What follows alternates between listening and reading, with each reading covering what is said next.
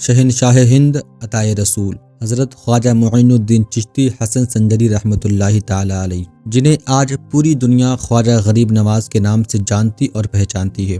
تو آئیے آج خواجہ غریب نواز کے شان حیات پر نظر ڈالتے ہیں کہ آپ پیدا کہاں ہوئے اور ہندوستان تشریف کیسے لائیں، کیسے 90 لاکھ کو کلمہ پڑھایا اور آپ کی وفات کب اور کیسے ہوئی۔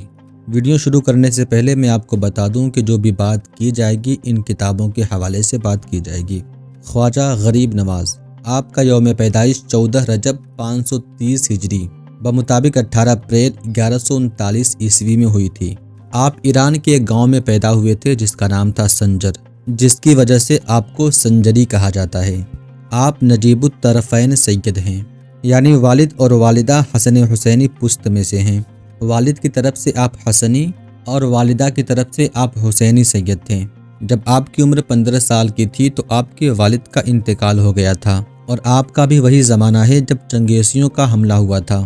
1216 عیسوی میں 60,000 وحشی تاتاریوں کو لے کر چنگیزی وسط ایشیا سے اٹھے اور سب سے پہلے ترکستان کو ختم کیا، پھر ایران، عراق اور بغداد تک قتل عام کیا، اور جب ایران آئے تو سنجر کے سلطان کو شکست ہوئی۔ اس وقت آپ کے والد گرامی اپنے قبیلے کو لے کر ایران کے صوبے خراسان منتقل ہو گئے۔ جب آپ کے والد گرامی کا وصال ہوا تو آپ کو وراثت میں ایک باغ اور ایک پن چکی ملی، اور اسی سے آپ اپنے گھر کا خرچ چلانے لگے۔ ایک دن آپ باغ میں موجود تھے تو وہاں پر حضرت ابراہیم قندوزی آئے۔ آپ نے ان کو انگور پیش کیے۔ ابراہیم قندوزی آپ کو دیکھتے ہی سمجھ گئے کہ یہ ایک مادر ذات ولی ہیں۔ آپ نے وہ انگور کھاتے ہوئے کچھ انگور منہ میں چبا کر آپ کو دیے، اور جیسے ہی خواجہ غریب نواز اس انگور کو کھائیں اور وہ انگور حلق کے نیچے گیا تو آپ کے توحید کی آگ بھڑک اٹھی۔ پھر آپ گھر سے چل پڑے، پھر سمرقند اور بخارا گئے۔ وہاں پر ایک زمانہ گزار کر علوم ظہری میں تکمیل کی۔ سید ہاشم فتح پوری بیان کرتے ہیں کہ انہوں نے کتب خانہ اصفیاء میں ایک محدث کا قول اپنی آنکھوں سے دیکھا ہے کہ خواجہ غریب نواز مدینہ میں 3 برس تک درس حدیث دیتے رہے۔ پھر آپ ہندوستان آئے اور تلاش مرشد میں نکل گئے۔ آپ نیساپور کے قصبہ ہربن میں پہنچ گئے۔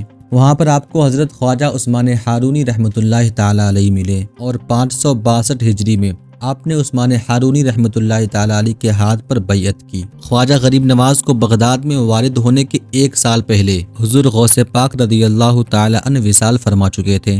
اس وقت آپ کی عمر 25 سال کی تھی۔ آپ 20 سال تک اپنے مرشد کی خدمت میں رہیں، اور عثمان ہارونی رحمۃ اللہ تعالی علیہ جب بھی سفر پر روانہ ہوتے تو آپ عثمان ہارونی رحمۃ اللہ تعالی علیہ کے بستر اور سامان سر پر اٹھا کر چلتے۔ 20 سال کی خدمت کے بعد آپ نے فرمایا کہ معین الدین تمہارا کام پورا ہو گیا۔ پھر آپ کو خرقہ خلافت عطا فرمایا۔ اس کے بعد آپ کے مرشد آپ کو لے کر حرمین کی طرف نکل پڑے۔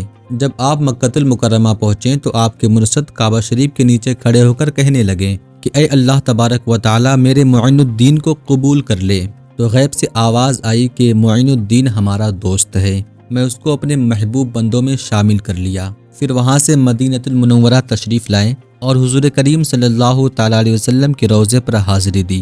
پھر آپ کے مرشد حضور کی بارگاہ میں آپ کو پیش کرتے ہوئے فرمایا معین الدین آقا کو سلام پیش کرو۔ تو خواجہ غریب نواز آقا کی بارگاہ میں سلام پیش کرتے ہیں تو جواب آتا ہے وعلیکم السلام یا قطب المشائخ۔ پھر وہاں سے آپ نائب نبی بن کر بغداد آ گئے۔ جیسے جیسے وقت گزرتا گیا آپ کی شہرت اور چرچا دور دور تک ہونے لگا، اور بغداد کے گلی کوچے معین الدین نام سے گونج اٹھے، اور وہاں پر آپ کی ملاقات شیخ نجم الدین کبریٰ سے ہوئی جو امام فخر الدین رحمۃ اللہ تعالی علیہ کے شیخ ہیں، اور بغداد میں آپ کے سب سے پہلے خلیفہ شیخ عقاد الدین کرمانی بنے۔ آپ کی مجالس شیخ صحاب الدین سہروردی رحمۃ اللہ تعالی علیہ سے بھی رہی۔ اسی زمانے میں خواجہ قطب الدین بختیار کاکی اوس سے بغداد منتقل ہو چکے تھے۔ آپ کی عمر اس وقت 23 برس کی تھی جب آپ بغداد میں خواجہ غریب نواز رحمۃ اللہ تعالی علیہ کے مرید ہوئے۔ پھر آپ بغداد سے ہمدان آئے۔ اس دوران غریب نواز رحمۃ اللہ تعالی علیہ کے شیخ عثمان ہارونی رحمۃ اللہ تعالی علیہ کو مرید سے ملاقات ہونے کا امتیاز ہوا، تو آپ غریب نواز کی تلاش کرتے کرتے ایسے مقام پر پہنچ گئے جہاں ایک بہت بڑا آتش کدہ تھا۔ آپ کے ساتھ آپ کا ایک خادم فخر الدین بھی تھا۔ آپ نے ان کو بھیجا کہ جاؤ اس آتش گدے سے آگ لے کر کے آؤ تاکہ روٹی تیار کی جا سکے۔ تو خادم وہاں سے گیا، آٹا خریدا اور آگ کے واسطے اس آتش کدہ میں آیا اور آگ طلب کی، تو ان آتش پرشتوں نے آپ کو آگ دینے سے انکار کر دیا۔ خادم واپس آنے کے بعد صورتحال شیخ سے بیان کی۔ شیخ وہاں سے اٹھے اور آتش کدہ کی طرف متوجہ ہوئے۔ جب نزدیک پہنچے تو دیکھا کہ ایک پیر لکڑی کے تخت پر آتش کدہ کی طرف متوجہ بیٹھا ہے اور ایک 7 برس کا بچہ اس کی گود میں ہے، اور اس آدمی کا نام مختیار تھا۔ آپ نے اس آدمی سے پوچھا کہ تم اس آگ کی پوجا کیوں کرتے ہو؟ اس خدا کو کیوں نہیں پوجتے جس کی بنائی ہوئی یہ آگ ہے؟ تو اس نے جواب دیا کہ ہمارے دین میں آگ کا وجود بڑا ہے تو ہم اسے کیوں نہ پوجیں؟ تو نے اسے صدقے دل سے پوجا ہے، کیا تو ایسا کر سکتا ہے کہ ہاتھ پاؤں اس میں ڈال دے اور وہ نہ جلے؟ تو آپ نے جواب دیا کہ اس کا کام جلانا ہے، اور کس کو ہمت ہے جو اس کے نزدیک جائے؟ اس کا جواب سن کر حضرت شیخ آپ کے گود سے بچے کو اٹھا کر آگ کی طرف دوڑے۔ تمام لوگ یہ منظر دیکھ رہے تھے۔ آپ نے بسم اللہ الرحمن الرحیم کہا، پھر قلنا یا نار کونی بردوں وسلام علی ابراہیم پڑھا، اور تیز آتش کدہ کی آگ میں قدم رکھا۔ آگ میں جانے کے بعد آپ کے جسم اطہر پر اور نہ اس بچے پر آگ کا کچھ اثر ہی نہیں ہوا۔ لوگ فریادیں کرنے لگے کہ وہاں سے بچے کو لے کر باہر آ جاؤ، اور ہزاروں کی تعداد میں لوگ اس آتش کدہ کے آس پاس اکٹھے ہو گئے۔ جب آپ آتش کدہ کے باہر آئے تو آپ کے جسم اطہر پر اور اس بچے کے جسم پر دھوئیں کا بھی نشان نہیں دکھا۔ اس کو دیکھنے کے بعد ان کا سردار اور تمام لوگوں نے فوراً آپ کے قدموں پہ سر رکھ دیا اور سب ایمان سے مصرف ہوئے۔ اور جس بچے کو آپ آگ میں لے کر کے گئے تھے تو آپ نے اس کا نام ابراہیم رکھا۔ اس آتش کدہ کو گرا دیا گیا اور وہاں پر عمدہ عمارت بنائی گئی، مقبرہ شیخ عبداللہ اور شیخ ابراہیم۔ اس کے بعد خواجہ غریب نواز تبریز سے ہوتے ہوئے اصفہان آئے، وہاں پہ شیخ محمود اصفہان سے ملاقات کی۔ پھر وہاں سے خرقہان آئے اور وہاں 2 سال تک خواجہ ابو حسن خرقانی رحمۃ اللہ تعالی علیہ کے بارگاہ میں رہے۔ وہاں سے فیض حاصل کرنے کے بعد فرات آئے اور اللہ کی زمین پر فیض بانٹا۔ اس کے بعد آپ بلخ اور سبزوار آئے۔ افغانستان میں آپ نے حضرت شیخ حامد الدین خضرویہ کے بارگاہ میں قیام فرمایا۔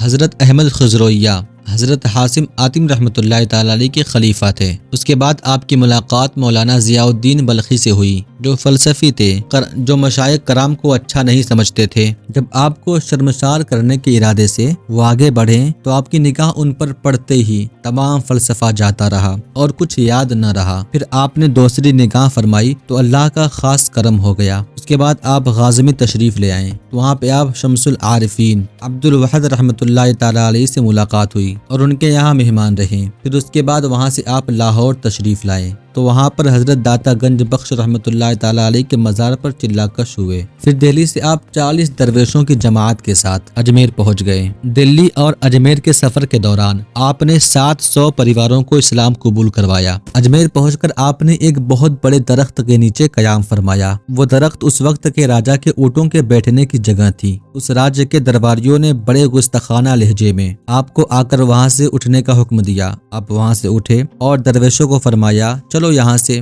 پھر راج کے درباریوں کو فرمایا، ہم چلتے ہیں، تمہارے راج کے اونٹ بیٹھے ہی رہیں گے۔ اگلی صبح ہوئی تو درباری آئے اور اپنی ایڑی چوکی کا زور لگا کر اونٹوں کو اٹھانا چاہا، لیکن اونٹ کو اٹھانے میں کامیاب نہ ہو سکے۔ پھر انہوں نے غریب نواز رحمۃ اللہ تعالی علیہ سے معافی مانگی۔ آپ نے فرمایا کہ جاؤ، تمہارے اونٹ اٹھ گئے۔ جب انہوں نے جا کر دیکھا تو اونٹ کھڑے ہو چکے تھے۔ یہ اجمیر میں آپ کی سب سے پہلی کرامت تھی، اس سے آپ کی شہرت دور دور تک ہو گئی تھی۔ اجمیر میں ایک جھیل انا ساگر میں آپ وضو فرمایا کرتے تھے۔ اس جھیل کے ارد گرد مندر تھے تو مندر والے آپ کو روکنے لگے۔ آخر اس نے کہا کہ اس کو اس جگہ سے اٹھا دیا جائے، تو وہ لوگ بڑے غصے میں آپ کے پاس آئے اور آپ کو روکا۔ تو آپ نے اپنے ایک مرید سے کہا کہ جاؤ جھیل سے ایک لوٹا بھر کر کے لے آؤ اور کہنا کہ تمہیں خواجہ نے بلایا ہے۔ جب مرید جاتا ہے پانی لینے تو جھیل کا پورا پانی اس کاشے میں آ جاتا ہے، جس سے ہر طرف تہلکہ مچ گیا۔ تو وہاں کے راجا پرتھوی راج نے وہاں کے ایک بہت بڑے جادوگر جس کا نام سادھو رام تھا، راجا نے اس کو بلایا اور کہا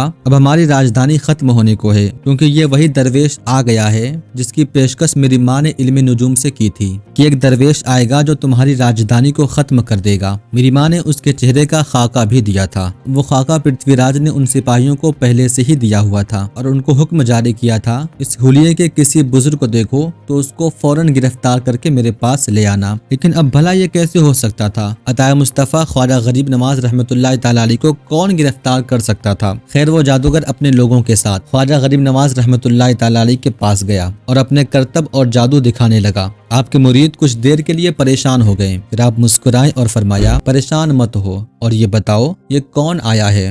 بتایا گیا کہ سادھو رام آیا ہے۔ جیسے ہی آپ کی نگاہ اٹھی اور اس پر پڑی تو وہ اپنے سارے منتر بھول گیا۔ آپ نماز میں مشغول ہو گئے، وہ آپ کو تکتا رہا۔ نماز کے بعد جب نگاہ اس پر پڑی تو اس کے قدم چھل ہو گئے اور جہاں کھڑا تھا وہیں کھڑا رہ گیا۔ آپ نے فرمایا بول اے سادھو بول۔ وہ سادھو رام رام کہنا چاہا لیکن منہ سے رحیم رحیم نکل رہا تھا۔ یہ دیکھ کر اس کے سارے چیلے اس کو لان تان کرنے لگے اور لوگوں کو پتھر اٹھا اٹھا کر مارنے لگا۔ آپ نے اس کی یہ حالت دیکھی تو ایک پیالہ پانی کا اس کو پینے کے لیے دیا، اور سادھو نے جیسے ہی اس پانی کو پیا تو دل کے سارے تاریکی اور سیاہی جاتی رہی اور آپ کے قدموں میں گر کر مشرف با اسلام ہوا اور آپ کی غلامی میں رہنے لگا۔ پھر اسی طرح پرتھوی راج نے ایک اور جادوگر کو آپ کے پاس بھیجا جس کا نام تھا جادوگر جے پال، اور جیسے ہی آپ کے لیے وہ برائی کا ارادہ کرتا تو وہ نابینا ہو جاتا اور اس کو بھی ناکامی کا منہ دیکھنا پڑا، اور اسی طرح تمام چالیں ناکام ہو گئے۔ اس کے بعد لوگوں نے آپ سے درخواست کی کہ پہاڑ کے نیچے چلے آئیں، آپ کے لیے درگاہ بنائیں، تو آپ نے اپنی جماعت اور درویشوں کے لیے جگہ بنائی اور عبادت خانہ اور مسجد تعمیر کی گئی، اور آج اجمیر میں جس جگہ آپ کا روضہ مبارک ہے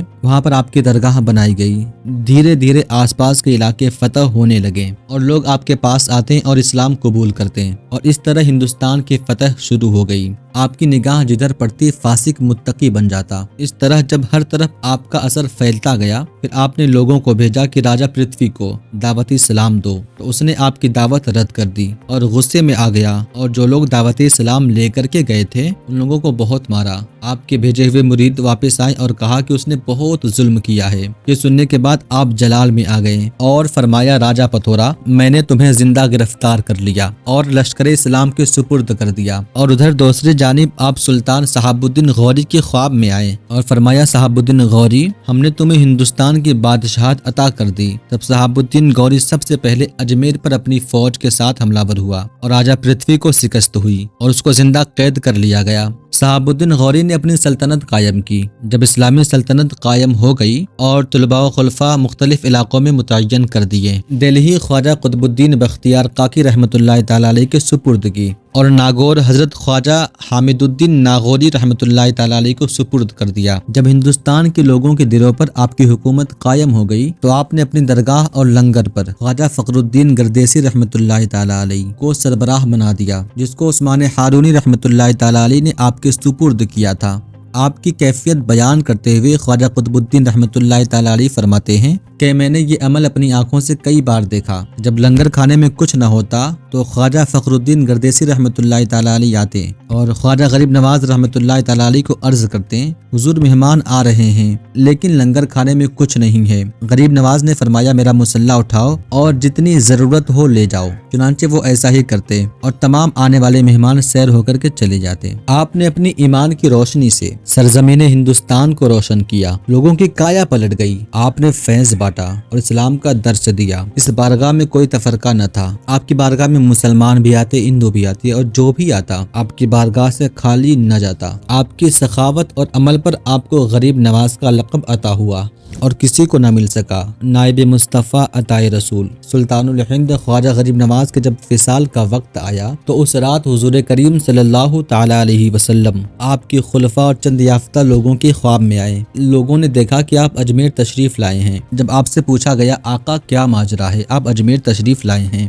تو حضور کریم صلی اللہ علیہ وسلم نے خواب میں جواب دیا کہ اللہ کا دوست خواجہ معین الدین آ رہا ہے، میں اس کا استقبال کرنے آیا ہوں۔ کیا شان ہے میرے غریب نواز کی کہ بھیجا بھی مصطفیٰ نے اور لینے بھی مصطفیٰ آئے۔ آپ کے وصال کے بعد جب آپ کے جسم اطہر کو دیکھا گیا تو پیشانی پر نور کے الفاظ سے لکھا تھا، ھذا حبیب اللہ وماتا فی حب اللہ، یعنی اللہ کا حبیب اللہ کی محبت میں دنیا سے گیا۔ آپ کے 3 بیٹے تھے مگر خلافت خواجہ قطب الدین بختیار کاکی رحمۃ اللہ تعالی علیہ کو صرف ہوا۔ آپ کی وفات 6 رجب 633 ہجری میں ہوئی۔ جہاں آپ کی اقامت تھی وہیں اجمیر میں آپ کا مزار مبارک بنا دیا گیا۔ سب سے پہلے آپ کے مزار کی عمارت خواجہ حسین ناغوری نے بنائی، اس کے بعد دروازہ اور خانقاہ مندر کے کسی بادشاہ نے بنوائی۔ اکبر بادشاہ آگرہ سے 228 میل پیدل چل کر خواجہ غریب نواز کے روضے مبارک پر گیا اور کہنے لگا کہ چتور کی جنگ فتح ہو جائے تو آپ کے دروازے پر بہت بڑی ڈیک چڑھاؤں گا